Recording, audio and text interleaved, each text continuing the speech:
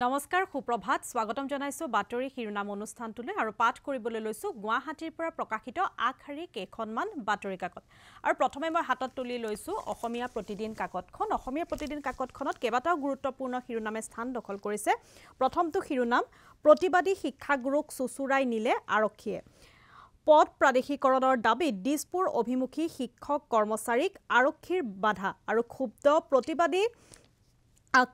প্ৰতিবাদীৰ প্ৰশ্ন আমি প্ৰদান কৰা শিক্ষা বৈধ আমাৰ চাকৰি কিয় অবৈধ এনে ধৰণৰ বহুতো এতিয়া প্ৰশ্ন তুলিছে যিসকল প্ৰতিবাদকাৰী ওলাই আহিছে ক্ষুব্ধ হৈছে প্ৰতিবাদকাৰীয়ে আৰু তেওঁলোকে এতিয়া প্ৰশ্ন কৰিছে আৰু সচলত পুৰণি পেন্সন ব্যৱস্থাৰ দাবীত NPS কৰ্মচাৰী সন্থাৰ উত্তাল প্ৰতিবাদ চৰকাৰৰ চৰম অৱহেলা লাঞ্ছনাৰ পিছতে পলিটেকনিক প্ৰতিষ্ঠাপক প্ৰবক্তা সন্থাই সচলত অব্যাহত ৰাখিছে এনেদৰে প্ৰতিবাদী কাৰ্যসূচী আৰু প্ৰশ্নকাকত ফাদিল শিক্ষামন্ত্ৰীক অপসাৰণ ৰমেশ জৈনক বৰখাস্তৰ দাবীৰে এনেদৰে এতিয়া উত্তাল হৈ পৰিছে শিক্ষক সন্থা এনেদৰে উত্তাল হৈ পৰিছে প্ৰবক্তা সন্থা পৰীক্ষাগৃহত অনিয়মৰ গোচৰ USTMৰ আচাৰ্য মহবুবুল হকৰ জামিন মঞ্জুৰ আৰু গুৱাহাটী হাইকোৰ্টৰ নিৰ্দেশত পঞ্চমটো গোচৰত জামিন পাই তেজপুৰ কাৰাগাৰৰ পৰা ওলাল মহবুবুল হক আৰু বিদ্যালয় শিক্ষা পৰিষদৰ কাৰ্যালয়ৰ ঘেৰাও উত্তাল বিক্ষোভ কংগ্ৰেছৰ দীৰ্ঘদিন শিক্ষামন্ত্ৰী থকাৰ পিছতো বিভাগটোৰ সংস্কাৰ অনাথ ব্যৰ্থ হল হিমন্ত বিশ্ব শৰ্মা আৰু ৰিপুন বৰা ৰমেশচন্দ জৈনক অব্যাহতি নিদিয়া পৰ্যন্ত প্ৰতিবাদ অব্যাহত ৰখাৰ কথা ঘোষণা কংগ্ৰেছৰ আৰু উত্তৰ গুৱাহাটীলৈ উচ্চ ন্যায়ালয় স্থানান্তৰৰ বিৰুদ্ধে বাৰ এছ'চিয়েশ্যনৰ তীব্ৰ প্ৰতিবাদ আৰু কমল নয়ন চৌধুৰীৰ হুংকাৰ একপক্ষীয়ভাৱে লোৱা সিদ্ধান্ত মানি লোৱা নহব অৰূপ বৰবৰাক প্ৰশ্ন কৰিছে 12 বছৰ পূৰ্বে 100 কোটি ব্যয় কৰি নিৰ্মাণ কৰা হাইকোৰ্টৰ বিল্ডিংটো কোন পুঁজিপতিক গতাব চৰকাৰে এতিয়া এনেদৰে উত্তৰ গুৱাহাটীলৈ উচ্চ ন্যায়ালয় স্থানান্তৰৰ বিৰুদ্ধে বাৰ এছ'চিয়েশ্যনৰ তীব্ৰ প্ৰতিবাদ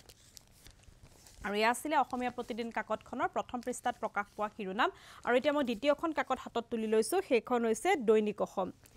বাতিল কৰা বিষয়ৰ পৰীক্ষা কেতিয়া আৰু এতিয়াও হোৱা নাই সিদ্ধান্ত আৰু পৰীক্ষা শেষ নোহোৱালৈকে আৰম্ভ কৰা হ'ব উচ্চতৰ মাধ্যমিকৰ দ্বিতীয় বৰ্ষৰ শ্ৰেণী আৰু সাংসদৰ দৰমহা 24% বৃদ্ধি কৰা হৈছে জাননী জাৰি কৰিলে চৰকাৰে আৰু যুযুধান শাসক বিৰোধী আৰু স্থগিত সদন বিধানসভাৰ বাহিৰত কংগ্ৰেছৰ বিধায়কে উপাধ্যক্ষ ডক্টৰ মমিনক আক্ৰমণ কৰাৰ অভিযোগ বিৰোধীৰ দাবী সদন কমিটি গঠন আৰক্ষীক এজাহাৰ দিয়াৰ পোষকতা মুখ্যমন্ত্ৰী ক'লা পোছাক পিন্ধি কংগ্ৰেছৰ প্ৰতিবাদ আৰু ৰাজ্যত আৰু 3খন ব্যক্তিগত বিশ্ববিদ্যালয় হ'ব মা কামাখ্যা স্বামী বিবেকানন্দ এডটেক দক্ষতা বিশ্ববিদ্যালয় বিধেয়ক গৃহীত কংগ্ৰেছৰ বিধায়কৰ ঠেলা হেঁচাত হাতত আঘাত পাইছো উপাধ্যক্ষ নুৰুল হুদাৰ বিৰুদ্ধে দিছপুৰ থানাত এতিয়া গোচৰ শিক্ষাৰ কৰ্তন প্ৰস্তাৱক লৈ নহল কোনো আলোচনা বিৰোধীৰ নাকচ অধ্যক্ষৰ আৰু ড্ৰাগছ দুৰ্নীতি পৰায়ণ কৰ্মচাৰী সিন্ডিকেটৰ নায়কৰ বিৰুদ্ধে যুদ্ধ চলিছে বিধানসভাত বিৰোধী কটু সমালোচনা কৰি মুখ্যমন্ত্ৰীৰ ভাষ্য আৰু ভৱিষ্যতে তেনে আচৰণ নকৰিবলৈ অধ্যক্ষৰ সকিয়নি বিধায়ক কৰ্মীক আৰু উচ্চ ন্যায়ালয়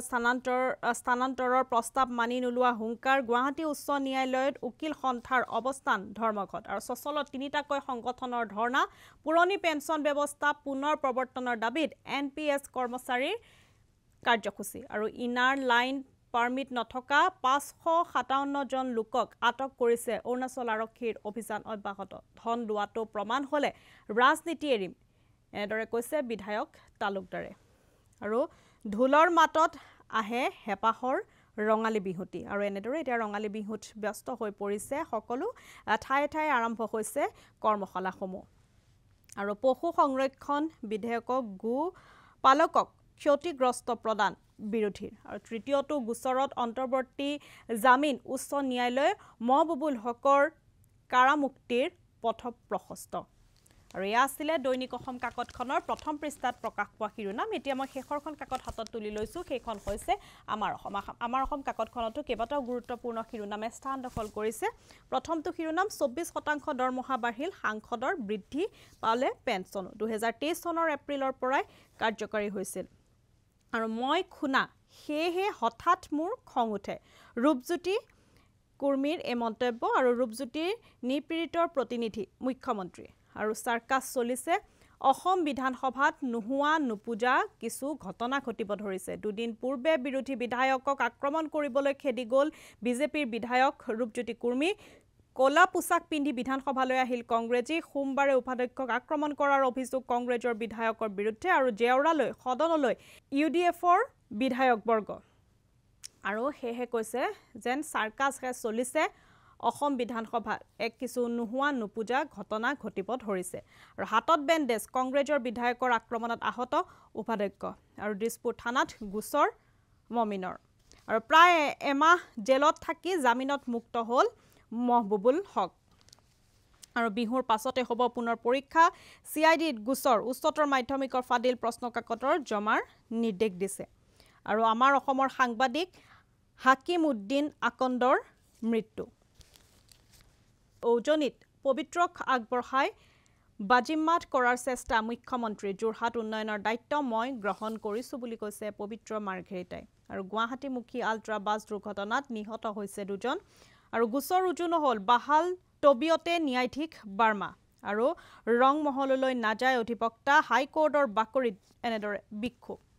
আৰু 1223 কোটিৰ 206 কোটিহে দিলে কেন্দ্ৰই অসমৰ 27টা কেন্দ্ৰীয় প্ৰকল্পৰ এই দফা আৰু গড়ৰ খৰ্গ বিক্ৰী কৰিয়ে কংগ্ৰেছৰ নিৰ্বাচনী পুঁজি আৰু লাষ্ট গেটত প্ৰতিবাদী শিক্ষকৰে আৰক্ষীৰ হতাহতি আৰু নোবেল মনোনয়ন প্ৰত্যাখ্যান মাস্কৰ আৰু ইজৰাইল বোমাত নিহত হামাছৰ প্ৰধানমন্ত্ৰী